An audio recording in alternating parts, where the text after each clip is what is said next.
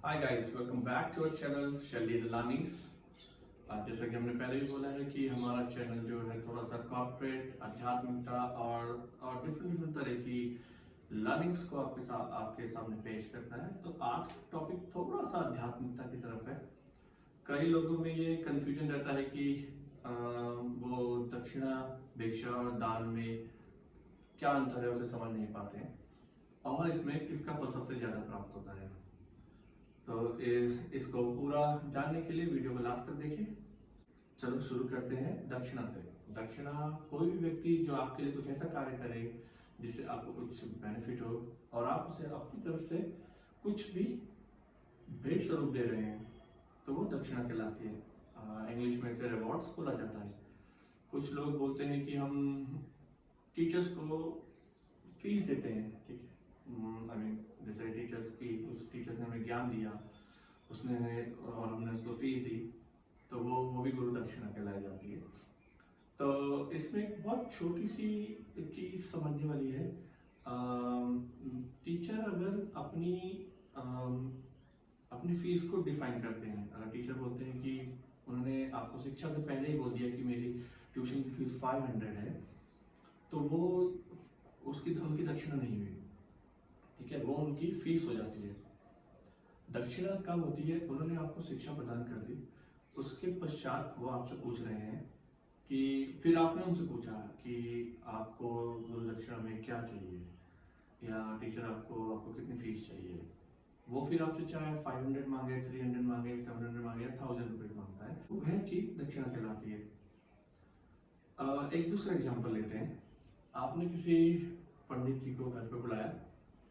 पंडित जी ने आपके लिए घर पे पूजा पाठ करी, कुछ अनुष्ठान किए, और आप उन्हें उस अनुष्ठान या पूजा पाठ के बदले कुछ अपनी इच्छा अनुसार उन्हें कुछ भेंट प्रदान करते हैं। जैसे आपने उनको फल फूल दे दिए, या आपने उनको कुछ वस्त्र कपड़े दे दिए, या फिर आपने उनको कुछ पैसे दे दिए, वो दक्षिणा कहलाती है, ठीक है।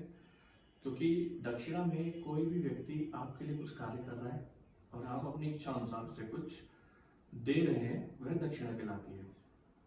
अब बात करते हैं भिक्षा की। भिक्षा कोई साधु या कोई भी व्यक्ति आपके घर के बाहर आकर आपसे कुछ सहायता मांगता है या आपसे कुछ भी मांगता है जो उसकी जरूरतें हैं। अगर आप उसकी कोई सहायता करते हैं, और सहायता करने का मतलब यह नहीं है कि आपका कोई मित्र आपके घर के बाहर आया और बोलता है कि मुझे कुछ पैसों की जरूरत है और मुझे इन्वेस्टमेंट करना है कहीं पे, जो उसकी बेसिक जरूरतें नहीं है उसकी, वो उस तरह की चीजों की अगर आपके आगे डिमांड करता है तो वो भिक्षा नहीं कहलाती है। यदि कोई भिक्षु, कोई साधु या कोई भी भिखारी, आपके मांगने वाला व्यक्ति आपके घर के बाहर आता है और आपसे बेसिक जरूरतों की चीजें मांगता है, जैसे कि उसने आपसे बोला कि मुझे कुछ खाने के लिए दे दीजिए, या फिर मुझे कुछ अनाज दे दीजिए जिससे मैं जाके अपने बच्चों का और अपना पेट भर सकूं, तो इसके लिए आप उसे कुछ सहायता करते हैं जो आप अपनी तरफ से कुछ देना चाहते हैं। आपने उसको अपने घर से कुछ आटा दे दिया, या आपने उसको अपने घर से तेल दे दिया, या आपने अपने घर का बना हुआ खाना उसको दे दिया, वह भिक्षा कहलाती है। और इसके बदले वो अपनी इच्छा से आपको कुछ देना चाहे तो दे सकता है।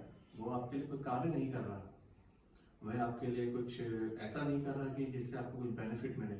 हाँ, पर वो आपको आशीर्वाद जरूर दे सकता है, पर वो भी उसकी इच्छा है, वो आपको आशीर्वाद दे या ना दे।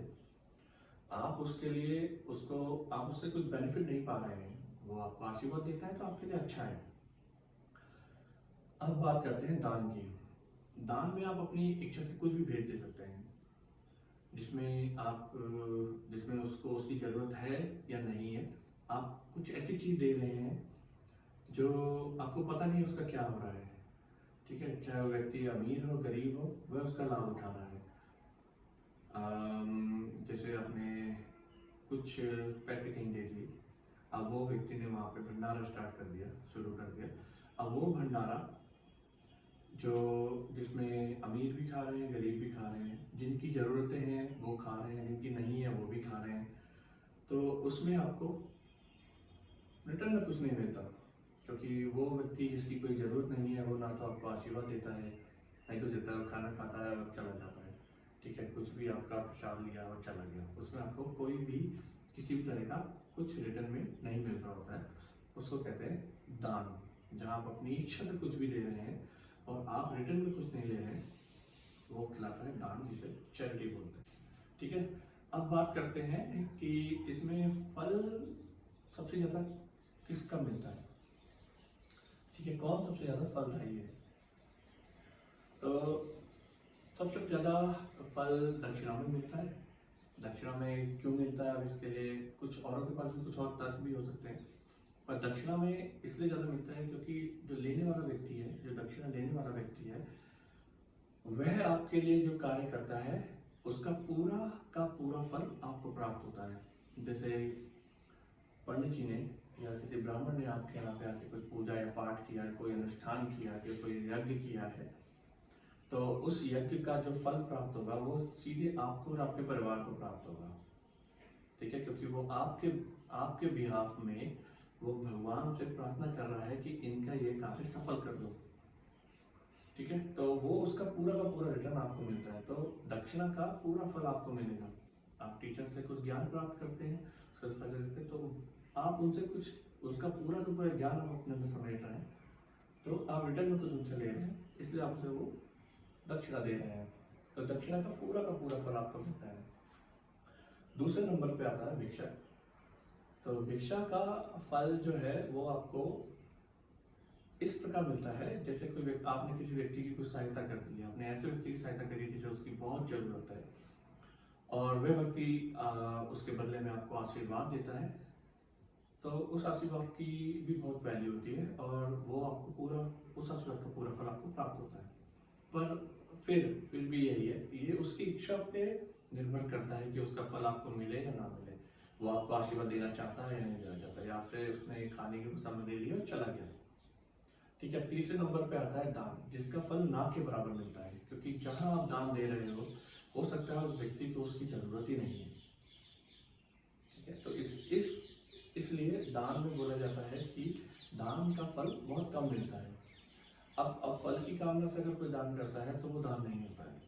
अब शास्त्रों में लिखा भी हुआ है कि अगर आप कुछ दान करते हैं और आप वहाँ फल की कामना करते हैं तो आपको वो दान नहीं होता है, फिर वो आपकी कुछ और चीज़ हो जाती है, क्योंकि आप रिटर्न में कुछ मांग रहे हैं, तो लेकिन दान का फल नहीं मिलता है।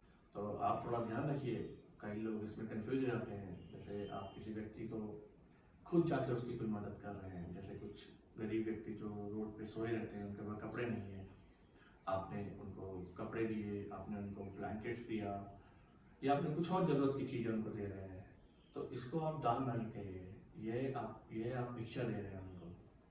वो आपके पास आया नहीं है और आपने उनकी ज़रूरतों को समझा और उनको जाके उस चीज़ को दे दिया, तो ये भिक्षा कहलाई जाती है। इसे दान कह के थोड़ा सा ऐसा ना कीजिए कि आपने दान कर दिया और आपको उसके बदले कुछ नहीं मिला।